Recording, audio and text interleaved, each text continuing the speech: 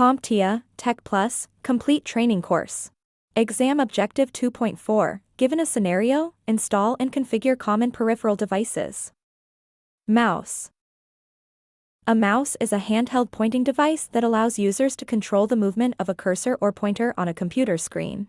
It's used to click, drag, scroll, highlight, and interact with elements in a graphical user interface, making it a core part of most computing experiences. When configuring a mouse in Windows 11, you will be able to access the mouse configuration options from either Control Panel or the Windows Settings tool. For now, let's start with Control Panel.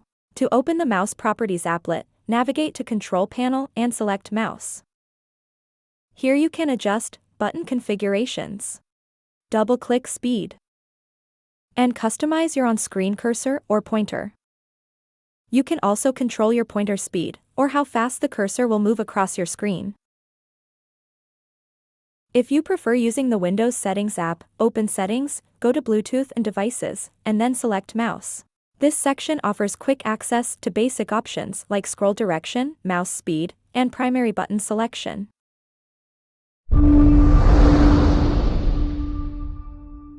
Thank you for watching. Subscribe for more great content.